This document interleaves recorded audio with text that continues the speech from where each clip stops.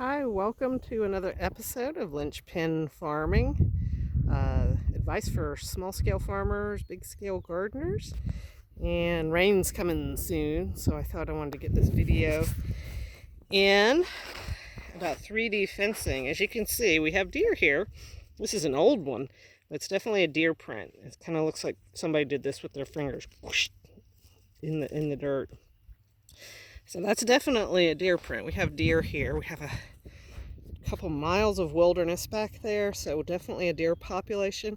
They don't have the natural predators they had years ago, and it just seems like to me not as many people are hunting anymore. Maybe I'm imagining that, but maybe it's true. Anyway, people are always curious about this fencing. It's called 3D fencing. I got a lot of it from Premier Fencing Company, and I'll leave, I think, a link down in the bottom. So as you can see, it's 3 strands or ribbons of fencing, and there's one on the outside kind of in the middle, and then there's 2 on the inside closest, and the posts are about 3 feet apart, I want to say. And as you can see, we've used some metal T-posts, but we've also used a lot of those plastic step-in posts. As you can see, you can usually get these from, I don't know, we might have gotten them from Tractor Supply or something. But you want metal posts where it's going to get a lot of stress, maybe in the middle and in the corners. And for the metal posts, you also need to buy insulators, because this thread, this rope, has metal running through it. If you can see, there's a little piece of metal right there. There we go, there's a better picture right there.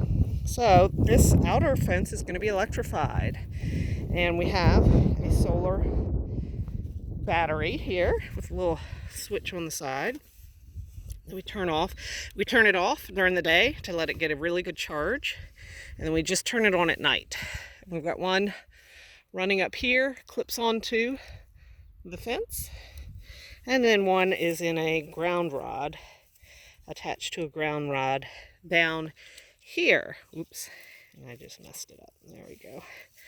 So why does this work? Because, so we could have built some 12-foot tall fence that would have cost an enormous amount of money, and one day the deer would have figured out how to jump over it. Or we chose to kind of go the route of this 3D fencing, which has worked, I would say, with the amount of deer pressure we have, it's worked fairly well. And there's occasionally one who figures it out, but the deer actually sense electricity. So when this is on, they know it's electrified. And if you're building this, you don't want to get that really thin, like half this size rope, because I think the deer have a hard time seeing it. So you want something fairly substantial, like this, or this tape that they can really kind of see. It has a broken pattern so they can identify it a little better. And so deer can sense the electricity, and also deer have very poor 3-dimensional sight. They have good 2-dimensional seeing, but they can't see very well. Is that a deer? No, it's a dog. 3-dimensionally. So when they're standing here looking at these 3 lines, they have no idea. Can't really judge how far this is from this. It could be 3 feet, it could be 30 feet, it could be a lot. So it fools their perception a bit and makes it uncertain enough where sometimes they're not willing to take the risk and try to jump that distance because they cannot judge it. So it's worked out fairly well for us. I guess the only downside of the 3D fencing is it's kind of hard to get in and out of. Like say I'm carrying 40-pound crate of sweet potatoes out of the field. You got to kind of dip, and then you got to kind of go under, over. It can get a little old, especially as you get old. It gets a little old dipping through these fence lines all the time. But considering the alternative is everything gets eaten, like I said, we have a lot of deer pressure. One of the things they love to eat is sweet potatoes. So anywhere we have sweet potatoes, deer will try their best. They love to eat sweet potato leaves so much, and that has always been a challenge. They will come through in a night, just really wipe out a whole row of sweet potato plants, their leaves. They just love the leaves. I think they're highly nutritious. I think in Africa people eat the leaves of sweet potatoes and yams a good bit, and then maybe in Caribbean cuisine. And so the deer know what they're doing because it is super nutritious. We don't really have anything in here right now that they want. Like I said in a previous video, we're planting this comfrey for compost or fertilizer, but they don't want it that bad. Like I said, if there's sweet potatoes in here, they'll try to get in.